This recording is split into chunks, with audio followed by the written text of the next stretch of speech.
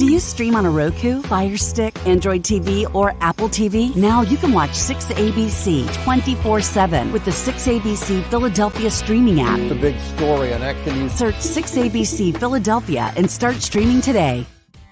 Hello, everyone, and welcome back to another week of Women to Watch. I'm Sue Rocco, and it's so great to be here with everyone.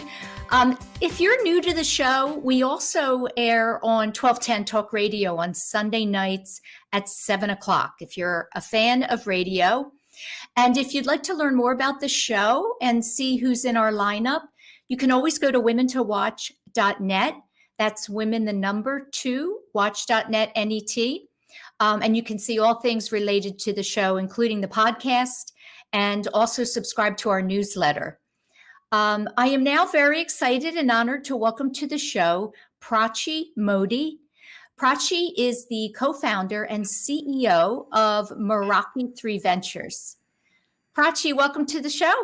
Hi, Sue. Thank you so much for having me. I'm so honored to be here. It's great to have you. How is your summer going so far? Honestly, really, really nice. This is my first summer back in New York after being nomadic for a couple of years. So it feels magical to be back in the city. Oh, that's so nice. So we're probably experiencing the same gorgeous day if you're in New York and I'm here in Philadelphia. Yes, definitely. Yeah. So I want to start the interview with you speaking a little bit about your background and what the community and culture was like in Mumbai, which is where you were born. Yeah, thank you. Yeah, thank you for that question. Basically, my name is Prachi Modi. I am born and raised in Mumbai, India. Come from very, very humble roots. Let's probably say that the size of my studio that I'm currently living in was the size of my home in India, where I used to live with five people in total. Wow. So definitely come from very, very humble roots. I moved to America when I was about 11 years old, and I started 7th grade in New York City. And I started in a public school, public middle school, just in Queens. And then my high school was in Manhattan. And later on, I moved to a university in upstate New York. So I've sort of spent most of my time after moving from India, and mostly in New York City. But I always think that Mumbai and New York are very similar in the way that they operate. It's the hustle mentality. It's the mentality of wanting to have big dreams and getting those dreams accomplished and working hard and hustling. And I think that there's a lot of similarities between the two cities. So I'm very fortunate that I got to spend time in both of those cities, actually. So tell us what brought you to the United States. What brought you here at age 11? Yeah, so my dad actually was transferred over. He used to work in the diamond industry. He was with a company in America, and he had been in and out of America for 14 years. So a lot of my childhood, he was 6 months. He would spend 6 months in the States while we were in India. And it got to a point where, my dad was missing a lot of our childhood, and he missed my mom. So we eventually decided that either we were going to stay in India, or he was going to, my dad's boss was going to move all of us into America. Which honestly, I've now that I think back on it, it was probably the best thing that could have happened to us, and that could have happened to me and my family. Truly, my dad worked extremely hard for those 14 years when he was by himself and living in America without his family. And we're just extremely fortunate to be able to come to this country directly with a green card, and that's unheard of. Like that is a extremely gruesome process that as an 11-year-old I fully couldn't wrap my head around. But as I got older, I truly came to appreciate like the power of the green card and having the ability to be considered a citizen. In America. When you think back to that time, I think 11 is a pivotal time for young girls. Yeah. What was the most difficult for you in kind of assimilating and trying to, feel as though you belonged, especially in school? What was the hardest part? I don't think I ever got that sense of belonging. So to be very honest, I think the hardest part was realizing that I wasn't home anymore.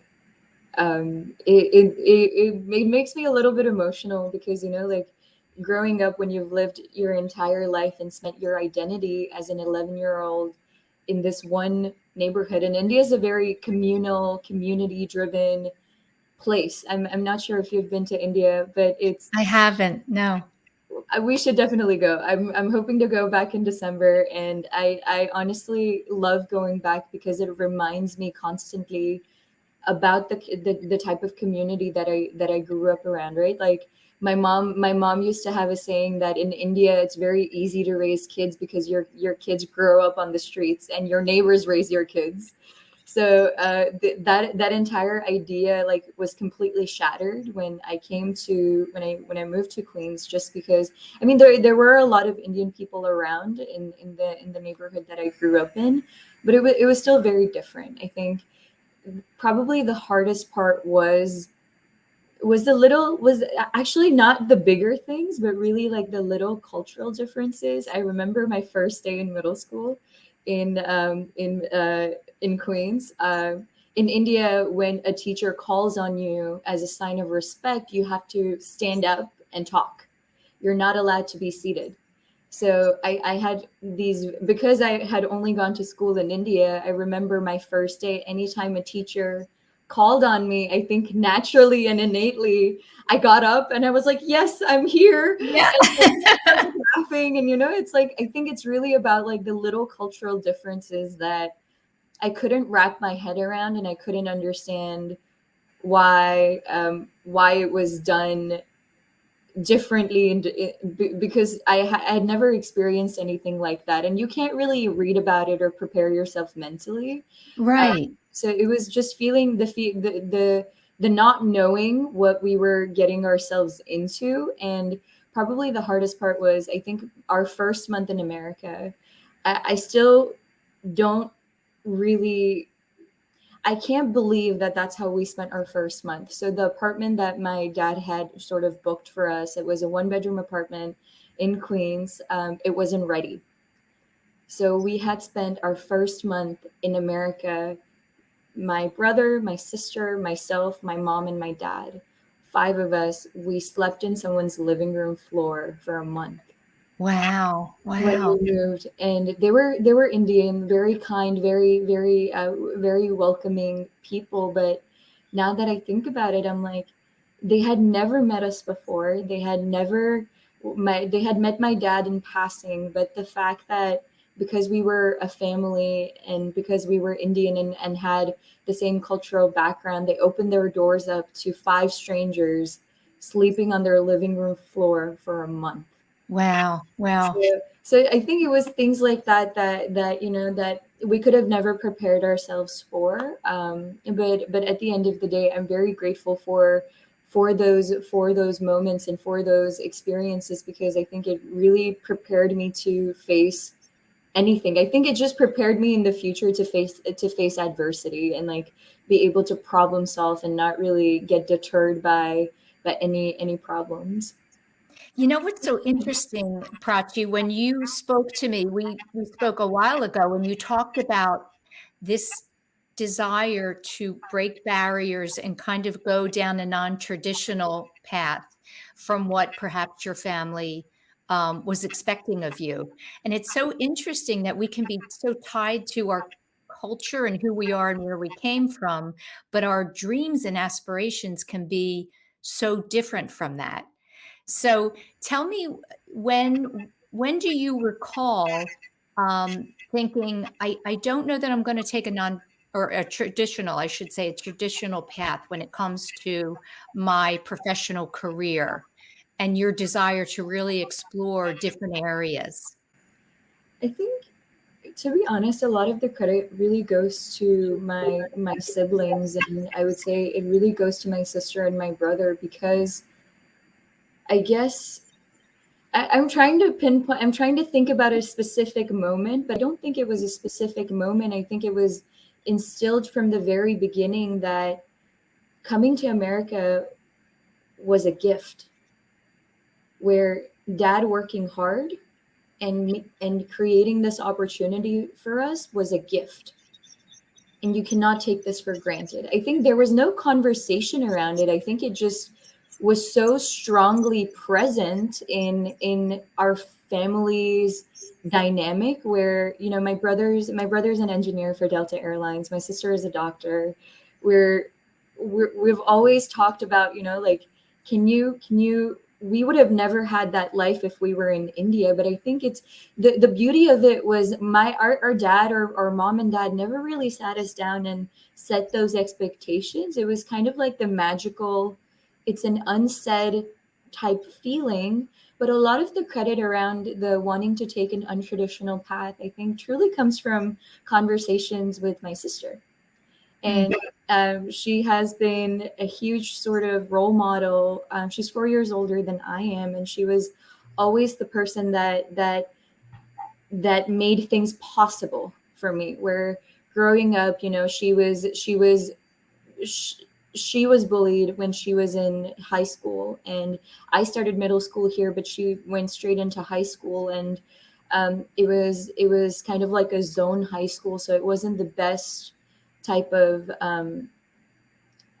environment for her to be in, just because, you know, like, she was a very studious person when she was in India, and that transition for her was also very difficult. But she poured in a lot of energy into really taking advantage of all the resources that America had to offer, when it came to scholarship, when it came to grants, when it came to learning. Like, the she would spend hours in the summer in the library. And I think it really was just our conversations with my sister and I over the years that evolved into, Prachi, you're not meant to be someone's wife. Prachi, you're not going to spend your life behind a desk.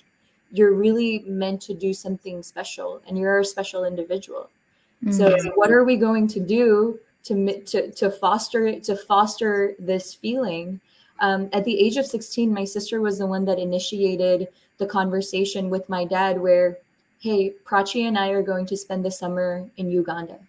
So the first country that I went to outside of India and America was Uganda. And it really, it was a very interesting time, because as a teenager, I think, like, there's so many distractions nowadays, where, you know, you want to focus on how you look, you want to focus on clothes, you want to focus on the newest technology. I remember everyone had a sidekick, everyone had the Motorola phone back when I was in high school. And everyone, you know, wanted to get the newest thing at Forever 21. And that really changed for me once I spent that summer in Uganda. It really opened my eyes to a lot of the realities of the world and the adversity that people face in emerging and developing countries. So that was, I would say, like, probably that summer and spending time with my sister truly in Uganda I think that was probably my core personality summer, I would say. So that definitely has had a huge impact in me wanting to do things the untraditional, unconventional way. So tell the viewers and the listeners about the bed and breakfast that you Yes. and your sister started. I mean, we're referencing Africa, and what you have started there is amazing. Thank you so much. I'll give a quick, like, Spark Notes version of it, because it truly Yeah. is a story that's very close to my heart. So I went to Uganda for the first time when I was 16 years old with my sister, and we really just went to volunteer. My sister was now in university, and she knew that she wanted to pursue the path of medicine. So, you know, she was affiliated with a nonprofit called the Giving Circle Africa. It's still a great organization. It's still up and running. You guys can look it up. Anyone that is interested. So our first summer that we spent there, you know, she was doing all of the clinical medical things, and I was doing a lot of the fun stuff, where I was going to the high school.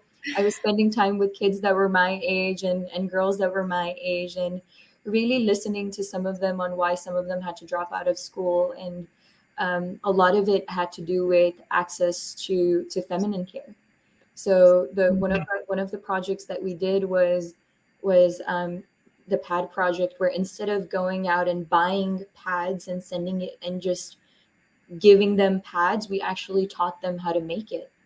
So that was one of the most beautiful projects, and I still remember that memory. Like, I'll never forget it, where, you know, like, once the women knew how to sew their own feminine product, they were like, wow, like, I don't have to miss a week of school every month.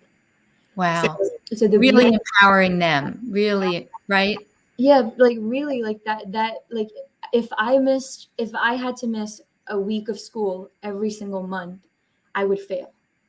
That's a big chunk of amount. If you aggregate all of that, like, that's a big chunk time. That's a big time to miss. So a lot of these girls were dropping out of school once they had started getting their periods. So really, like, the impact that project had, like, blew my mind, and like opened my mind up to what was possible. Right.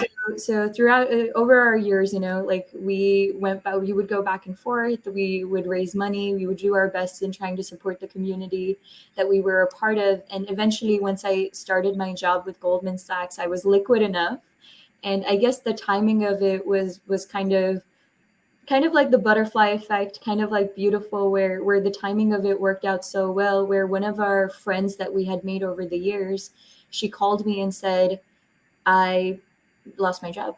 I don't have money to support my kids. My kids are out of school. I want money. And I'd read, right around that time, I had read the book by Muhammad Yunus around microlending and microfinancing. And truly, I think I'd, like, grown and matured enough to understand that volunteering could only help so much. If I really wanted to make an impact, we had to support them a different way, right? It's the quote around, when you give a man a fish, he won't go hungry for a night. But if you teach them how to fish, they won't go hungry ever. Yeah, So really, I love that that phrase. It's so true. Same, absolutely. So we really, like, based our whole idea around microlending, microfinancing, and that idea of teaching her how to fish. So in 2016, we started our bed and breakfast in 10 days. I am telling you, I've gone to business school for around 3.5 years. I learned the most on how to operate a business and how to run a business in 10 days than I did ever from business school. Yeah, I bet that hands-on, that's amazing. That is amazing. And it's still, by the way, it's what is the name of boutique? No, tell me, Studio 62. Yes. Okay, Studio 62. And it's still up and running today. Yes, it is. It's still up and running. It's in Jinja, Uganda, which is the capital, which is the adventure capital of East Africa. Wow. Yeah. Listen, we have to go into our first break. When we come back, I want to start talking more about your company and where things stand today. Stay with us, and I'll be back with Prachi Modi. Whether you're just getting started, already well on your way, planning for your future, drafting your vision, growing toward greatness, or finding that dreams really can come true. Whatever your next steps are, we'll be right here with you, just like we have been for 150 years. Start here, grow here, stay here. Penn Community Bank. Here we grow. Action News at 11 with Rick Williams. It's the team you trust to bring it all together. The stories that impact your community, a sports roundup for the locals, and the AccuWeather forecast you depend on. Action News at 11 with Rick Williams. All right, did you know I was the mommy slam dunk champion? Really? Yes, really, don't sound so surprised. Let's see it. Oh, you're ready. All right, here we go. Let's hear the crowd. So go to right, go to left, fake them out. Mama, go up, mama! She did it. Again? You can't avoid gravity, but United Healthcare can help you avoid financial surprises by helping you compare costs and doctor quality ratings. United Healthcare. Uh-huh. The following is a real testimonial from the father of a young injured victim. I didn't think she was going to make it. Major Perry's daughter was the victim of a horrific accident caused by someone else's negligence. If you don't find the right counselor, law firm that you're looking for, you will get lost in the wilderness. Badly injured? Call the Fritz and Bianculli Law Firm at 215-458-2222 and find out why they say, "We got this." Go for the midnight dares. Go for the game. Go for the hits. Go for the fans. Go for the win. Go to Ocean Casino Resort. Book your trip at theoceanac.com. Do you stream on a Roku, Fire Stick, Android TV, or Apple TV? Now you can watch 6ABC 24/7 with the 6ABC Philadelphia streaming app. The big story and action news. Search 6ABC Philadelphia and start streaming today. Hi, and welcome back to another week of Women to Watch. I'm Sue Rocco, and I'm so happy to be speaking with Prachi Modi today. She is the co-founder and CEO of Meraki 3 Ventures. Before we get back into our conversation, why don't you tell the listeners and the viewers exactly what the company is and does? Absolutely. So we are actually a new age Web3 company. I get very excited talking about this because I finally feel like after a long time of being in corporate America and just being, graduated from university, truly Web3, and by Web3, I just mean where it's about crypto, NFTs, DAOs, all of the big sexy words right now that a lot of people keep hearing in the news. So our company is called Meraki 3 Ventures. We have 3 verticals in this space. One of the verticals is a consultation leg where we take Web2 companies that are in this space. So any media company, any type of fashion company, or any like D2C brand that is interested in becoming Web3 or that is interested in launching their own NFT collection, we help them bridge the knowledge gap that exists in this space, and we help them onboard onto Web3. So that's one of the verticals. Our second vertical is more around the lines of early stage investing in this space. And then our third vertical is where I go and work on my own passion projects and wanting to launch my own NFT collections. So when you reference Web3, I've read about it and we've talked about it. It's still a little, complicated for me. Can you say what that is? Yeah, absolutely. I think the easiest description, or the easiest way that I can really describe it, is when we look at the history of the internet, when we look at when the web was created. Historically, in the past, we were only really able to consume information by reading. So what the initial web was only to consume information, and it was only through reading. That was web. And then when Web 2 happened, Web 2 was around the natural evolution from Web to Web 2, where not only can we read things on the internet, but we can also write things on the internet. So the introduction of blogs, introduction of Twitter, Facebook, where individuals can actually contribute to the World Wide Web. And then Web 3 now, where the phase that we're in, not talking about Jack Dorsey, he's in Web 5. We'll talk. There's always someone way further down the road. I don't know. Jack Dorsey is a different individual, but in Web 3, so the natural transition, the natural evolution from Web 2 is now not only can we read and write, but we can also own things on the internet. So really, I think Web 3 is just digital ownership. To just describe it in the most simplest terms, I would say would be digital ownership. And is that when we see the terms cryptocurrency and blockchain and NFTs? Is that what you're referencing? Yes, I would say, I think more around digital assets, and these digital assets can come in the form of cryptocurrencies, NFTs, or DAOs, any type of smart contract or if you've heard the word smart contract, it comes through the technology of blockchain. I know there's a lot of confusion around cryptocurrency, and the only thing that I would really like to, the easiest way to understand is when a company does an IPO. right? It's an actual corporation that does its IPO. What cryptocurrencies are, I think the term is a little misleading, where it's not every crypto company is a currency.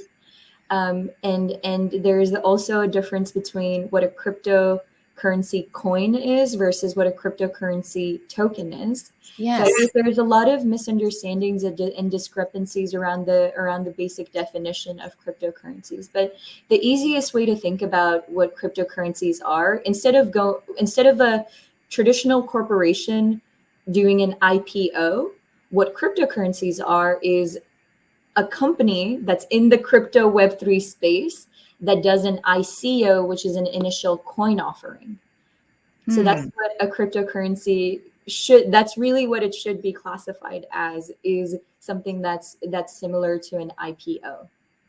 And is it inevitable that anyone who is online on, the internet now will be engaging in Web3 and then 4 and then 5? I definitely think that mass adaptability, it's on its way. I do think that America, to be honest, is a bit behind in terms of adoption to this technology. I think from what I have seen, with my background and having experience living in India and having roots in Uganda, I think emerging markets have been early adopters of this technology, because a lot of people are trying to find alternative solutions in terms of investments. And in a lot of emerging markets, when they don't have faith and when they don't really have faith in their government or their bank system, the alternative solution is crypto.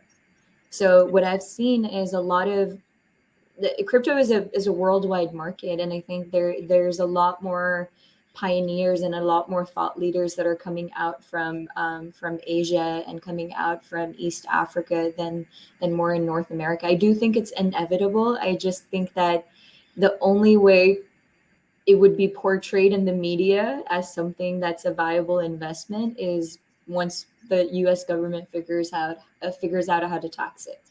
I think that adaptability and that sort of mass adoption will come after we've figured out how the tax situation would work. And would you say that your dreams and aspirations are to one day be a thought leader in this arena? Yes, absolutely. I think this space is.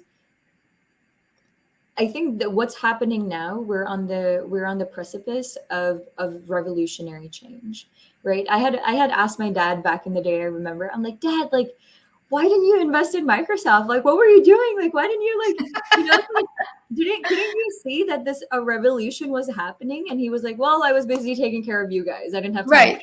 I'm like, that's actually a really good answer. But yes. I just think like us as individuals right now that have the resources and the capabilities to truly like look from the outside into what's really happening. Like, forget all of the hyped up NFT projects that are out and any rug pulls or any of the media stuff that's happening. But if you really just look at the technology is brilliant. It really, I don't have another word to describe it, because it really makes a lot of things possible for operability. And the current solutions around, so also the reason why I have a lot of faith in the technology is because I have something to compare it to. I've worked in traditional finance. I used to work for Goldman Sachs in the past. Right. And now that I'm in crypto, I can really like look at both industries and really now honestly say that finance, the traditional corporate finance, is not for the middle class. It's made for the wealthy. It's made for the wealthy and it's made by the wealthy.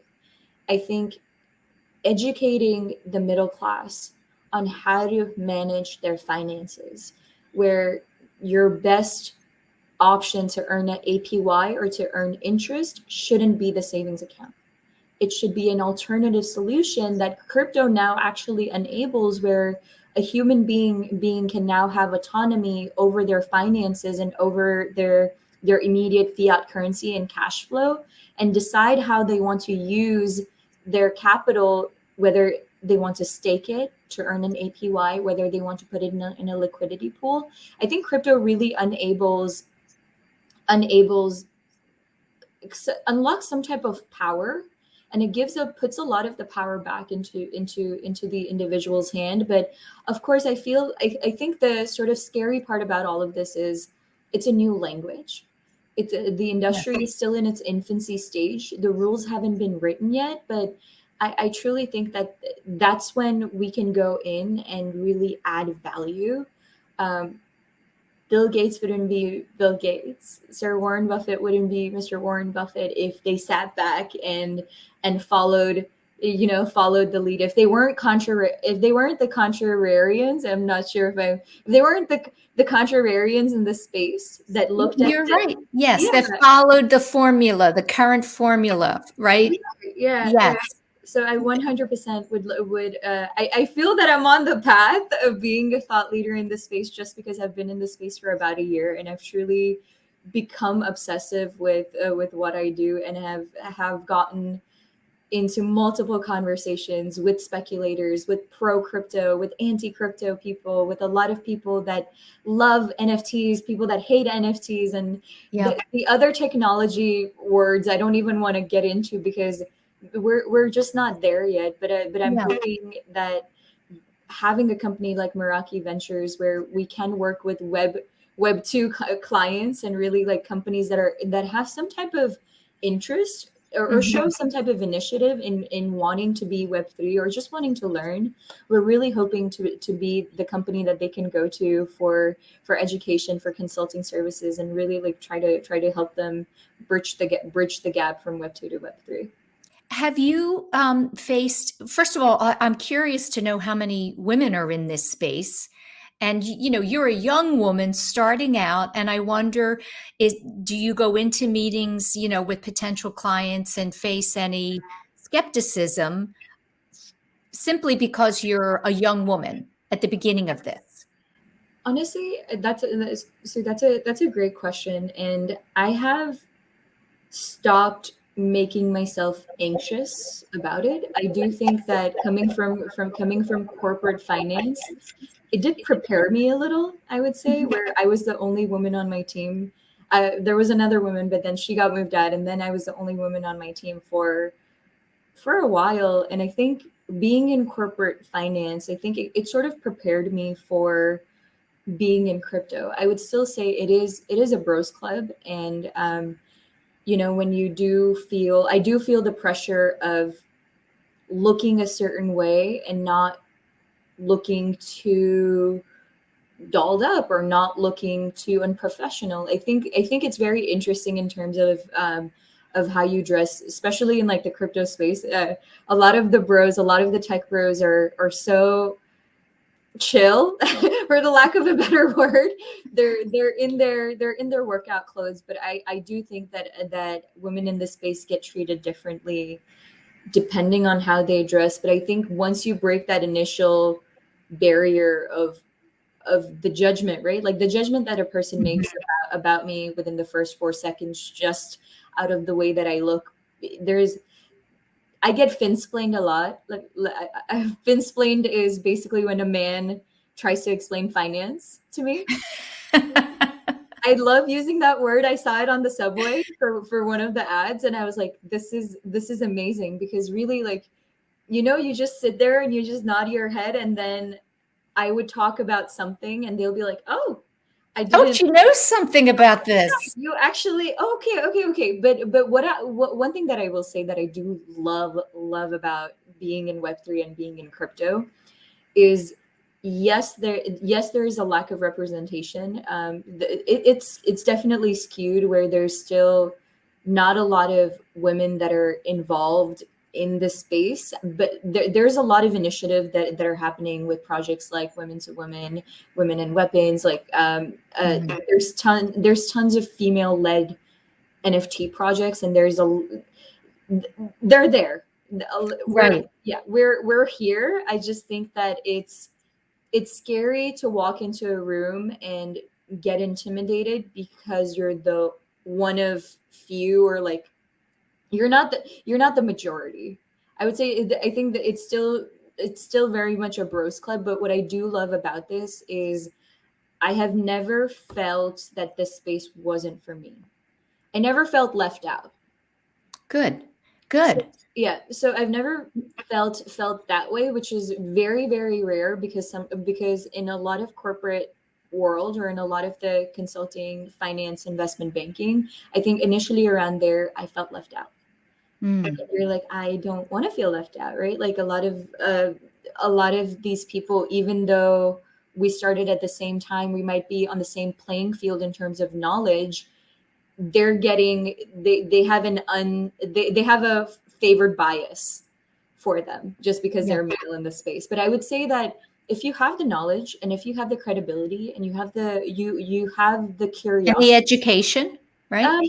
I think the education portion in this, I think everyone is learning a lot together. Everyone is learning together. So really, like when I said there's no stupid questions in Web3, there's really no stupid questions in Web3 because it's an infant, right? Like we're still trying to mold it. We're still trying to understand it's the words that are trying to come out of this infant's mouth, right? Like there's a lot of guesswork. There's a lot of trial and error that's going into the space. So I would say curiosity would be the biggest. Like if you're curious, I don't think curiosity will be the biggest factor in sort of, regardless of whether you're a woman or a male in this space. I think the curiosity is what's going to differentiate you in terms of Web3, because there's a lot of different sectors. There's a lot of different little pockets of Web3 where I find myself going down the rabbit hole and then coming out and being like, that wasn't for me.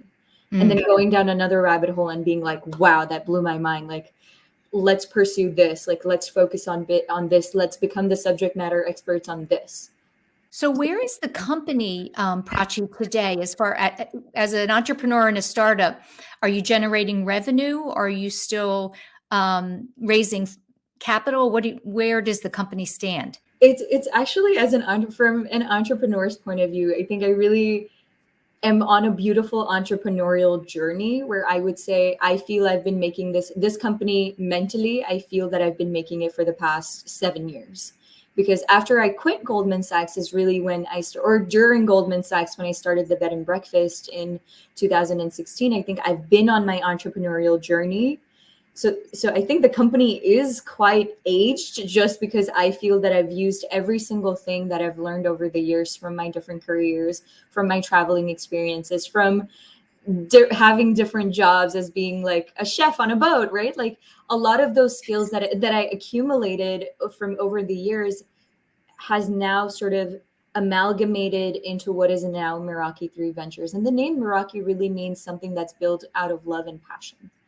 I wanted you to say where the name, I always love to find out where, a founder gets the name. What is Meraki 3? Meraki so the 3 comes from Web3, and the ventures is because we're involved in so many different ventures. But Meraki the name really came from my business partner.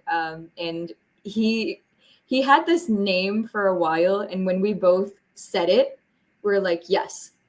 Where the definition of the name Meraki really means that something that's built with care, something that's built with love and passion.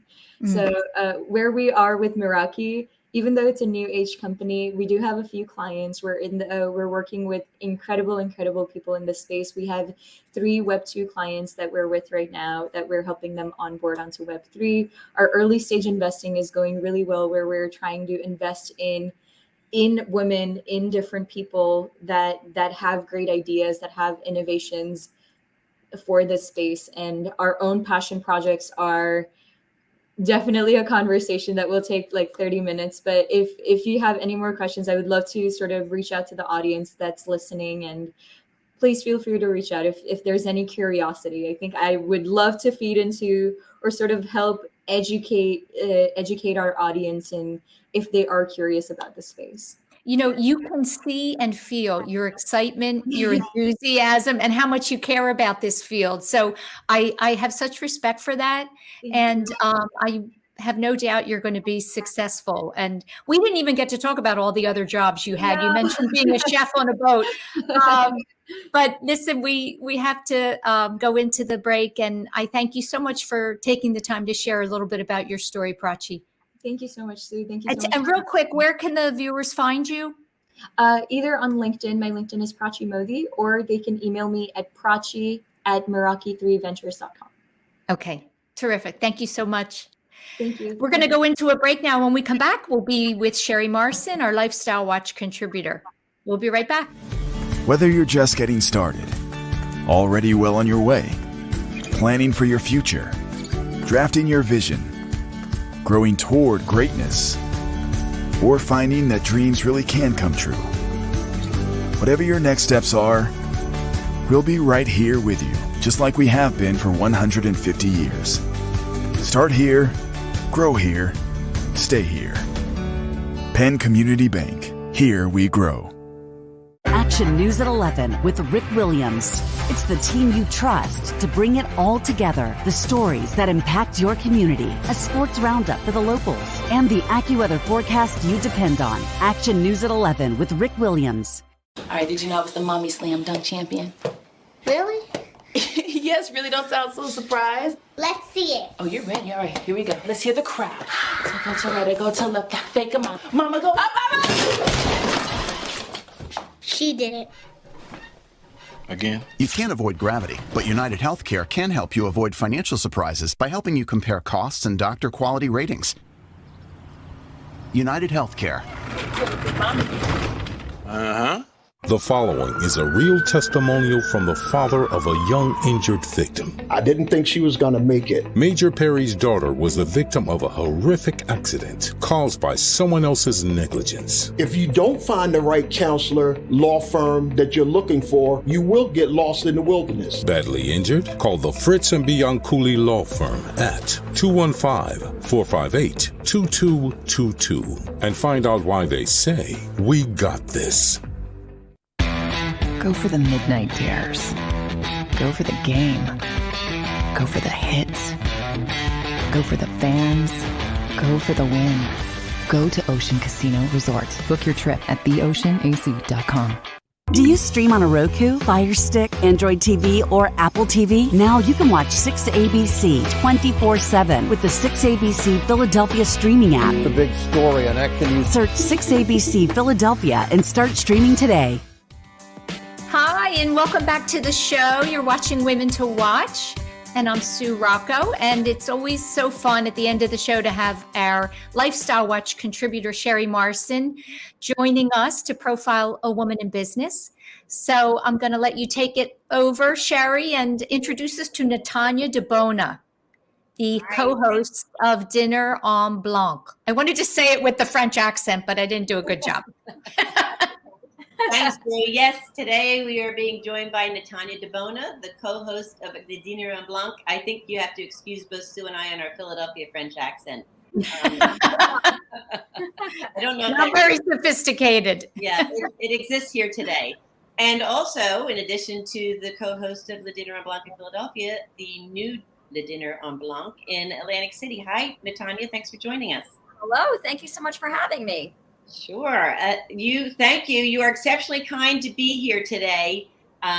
Just coming off of your first The Dinner en Blanc in Atlantic City.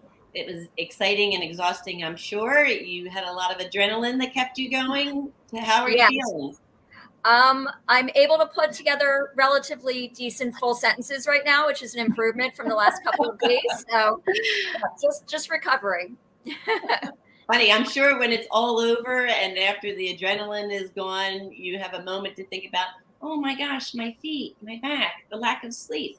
It finally all sets in and you're just going to turn around and it happens again. The Philadelphia event is taking place on August 18th, right? Yes, it is. And registration opens next week. So certainly the Atlantic City event got a lot of people thinking about Philadelphia. So the emails have been flooding in. So yes, no stopping over here. Well, that's exciting. So let's start off with the origins of the Dinner en Blanc in France, how it all started, and tell us a little bit of the history. Yeah, so it started in Paris almost 35 years ago by a gentleman who had left the country and was now returning and wanted to gather friends together. And since public space is so utilized in Paris, he told everyone to wear white so they could recognize one another. So the concept was each person invited a friend. And so it's grown since then, and it's friends of friends of friends. In Paris, they don't do any permitting. They just pick a location and tell people to show up. It came to Montreal. His son brought it to Montreal. And then the first event was in 2011 in New York. And there was so much of a response from a New York Times article that they did that they created an international organization for all of the cities who wanted to do the events there. So that's how Philadelphia got on board in 2012. Wow. So as an event planner, this sounds like a dreamy gig. But event planners are we're a little bit gluttons for punishment. Yes. We always have these really grandiose ideas, and then you start working on them, and it's like, oh my gosh, what was I thinking? Yeah, seeing it all unfold makes it all worth it. But yes, it's a lot of work. It's volunteer run. So it's a lot of passionate people who are just committed to this concept, and they make it happen. Without our volunteers, it couldn't work. Wow. So all volunteers. So you have a partner in this? Yes, my co-host, Kaylee Moran. We were just randomly put together through International. And our first meeting, I just knew we had the same love of the concept and the same aesthetic and love of Philadelphia.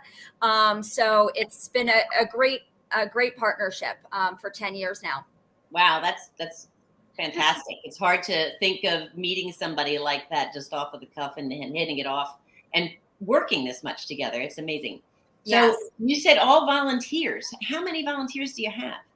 So it depends on the year and the number of attendees. Our first year, we had 1,350 attendees. Then we've grown to up to 6,000 on Boathouse Row in 2019. So it's about that one maybe had 150 or so volunteers. Wow, that's a lot of people to just say, hey, do you want to come out and work your tail off for a night? I'm sure it's fun. I mean, it's like you're part of the party. You're part of the heart of what makes it all beat. So it's all worthwhile.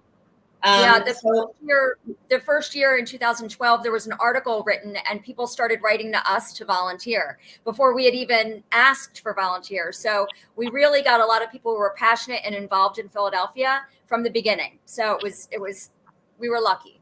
Well, that's what makes Philadelphia so great. I don't care what anybody says about the city. It is the city of brotherly and sisterly love. When I travel around the United States and I talk about home in Philadelphia and my relationships here, it's so much different than most other cities. It's really an incredible place.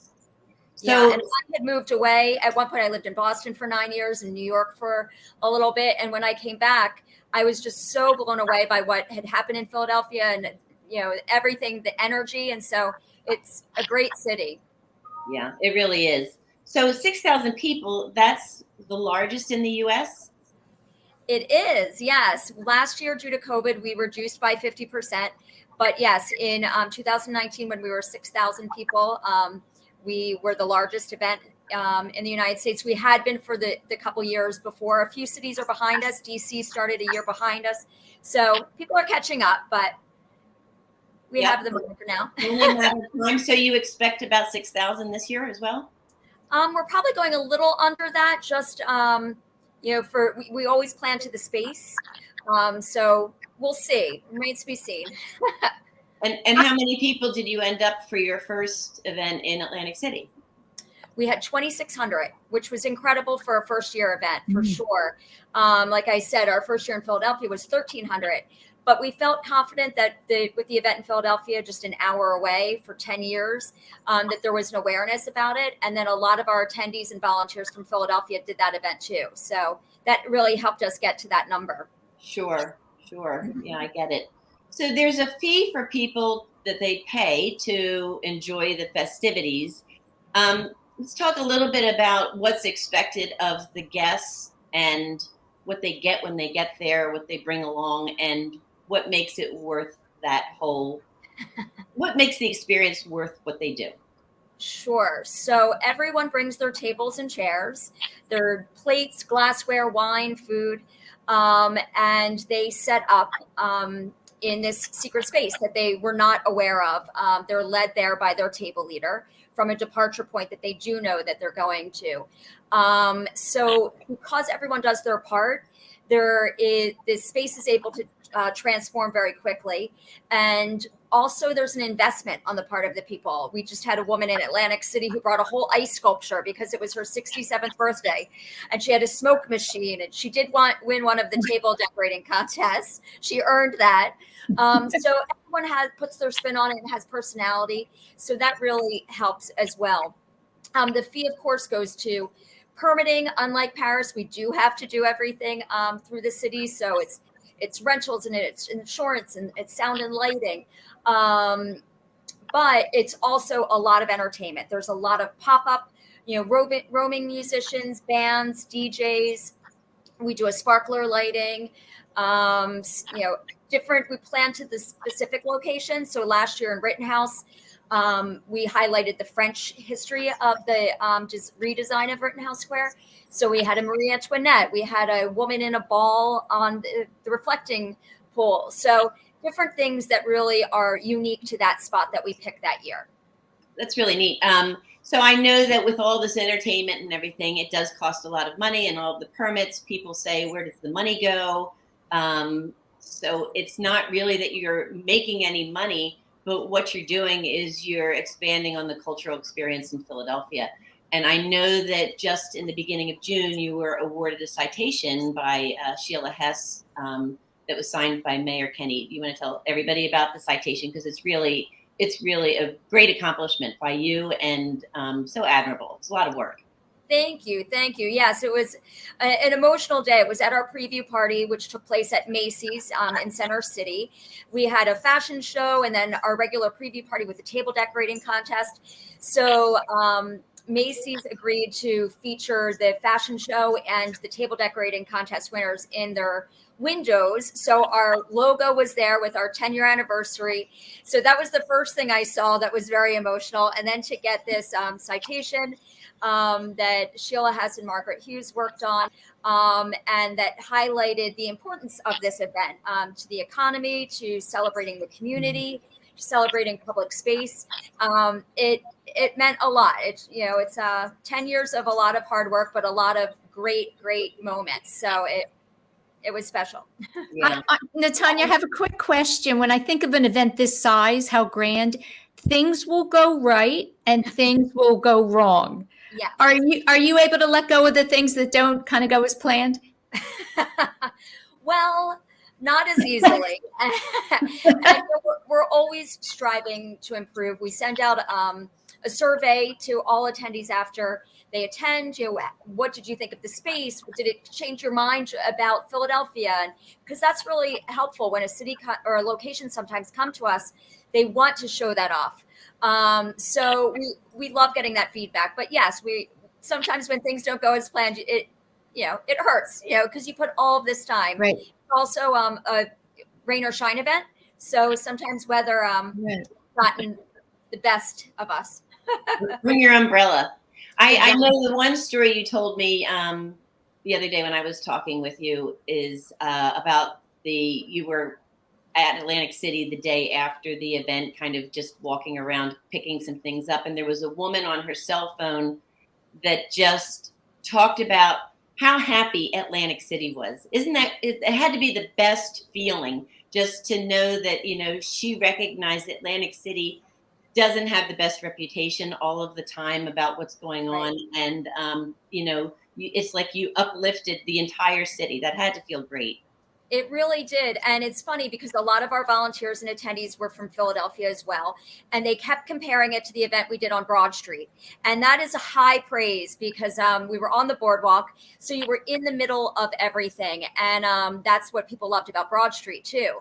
So this woman happened to just be walking by and witnessed it the night before. And so she was on the phone telling a friend saying, Atlantic City is happening. And then how organized this was and how great it was to see unfold. And that's, it's something, it's a spectacle. That's what's just compelling about it. When you see something that shouldn't be there, just magically happen. So, well, that's fantastic. That's fantastic. Thank you so much. I'm sorry we're out of time. Tickets go on sale on July 6th. Be sure to make sure you sign up for them as soon as possible because they do sell out. The event is August 18th. Tanya, thank you so much for joining us today. I really appreciate your time. Get some good sleep this week because August 18th is just around the corner. And one other little mention, Victoria Wright, who was on the show a couple of weeks ago, for anybody who watches our show on a regular basis, was at your Macy's event and created a couple of outfits. So that was very cool. Yes, she's featured in the window just for a few more days. So go look at Macy's on June Street. Go check it out. So please join me next week when I meet with Jennifer Carlson, the executive director of the Colonial Theater in Phoenixville. She's preparing for the Blob Fest. If you're not familiar with the Blob, the movie, it was a thriller back in 1958, filmed in Phoenixville in the movie theater. It goes on all weekend. They show the movie and do the reenactment of the last scene, which is everybody running out of the theater because the Blob's coming out. So don't miss the interview. I can't wait for that. I know. Keep living your dreams, ladies. Thank you, Sue. Back to you. Thanks, Sherry. And thanks so much, Natanya. Good luck with the event. Thank you. We're going to go into a break and we'll be right back. Whether you're just getting started, already well on your way, planning for your future, drafting your vision, growing toward greatness, or finding that dreams really can come true. Whatever your next steps are, we'll be right here with you, just like we have been for 150 years. Start here, grow here, stay here. Penn Community Bank. Here we grow. Action News at 11 with Rick Williams. It's the team you trust to bring it all together. The stories that impact your community, a sports roundup for the locals, and the AccuWeather forecast you depend on. Action News at 11 with Rick Williams. All right, did you know I was the mommy slam dunk champion? Really? Yes, really don't sound so surprised. Let's see it. Oh, you're ready. All right, here we go. Let's hear the crowd. So go to right, go to left, fake 'em out. Mama, go up, mama! She did it. Again? You can't avoid gravity, but United Healthcare can help you avoid financial surprises by helping you compare costs and doctor quality ratings. United Healthcare. Uh-huh. The following is a real testimonial from the father of a young injured victim. I didn't think she was going to make it. Major Perry's daughter was the victim of a horrific accident caused by someone else's negligence. If you don't find the right counselor, law firm that you're looking for, you will get lost in the wilderness. Badly injured? Call the Fritz and Bianculli Law Firm at 215-458-2222 and find out why they say, "We got this." Go for the midnight dares. Go for the game. Go for the hits. Go for the fans. Go for the win. Go to Ocean Casino Resort. Book your trip at theoceanac.com. Do you stream on a Roku, Fire Stick, Android TV, or Apple TV? Now you can watch 6ABC 24/7 with the 6ABC Philadelphia streaming app. The big story on Action News. Search 6ABC Philadelphia and start streaming today. That's it, everyone, for another week of Women to Watch. Thanks so much for tuning in. And next week, mark your calendars. I'll be speaking with Banavsha Aglagi. I wanted to make sure to read that, pronounce it correctly. She's an attorney and partner in her own firm. Have a great week, everyone. Do you stream on a Roku, Fire Stick, Android TV, or Apple TV? Now you can watch 6ABC 24/7 with the 6ABC Philadelphia streaming app. The big story on Action News. Search 6ABC Philadelphia and start streaming today.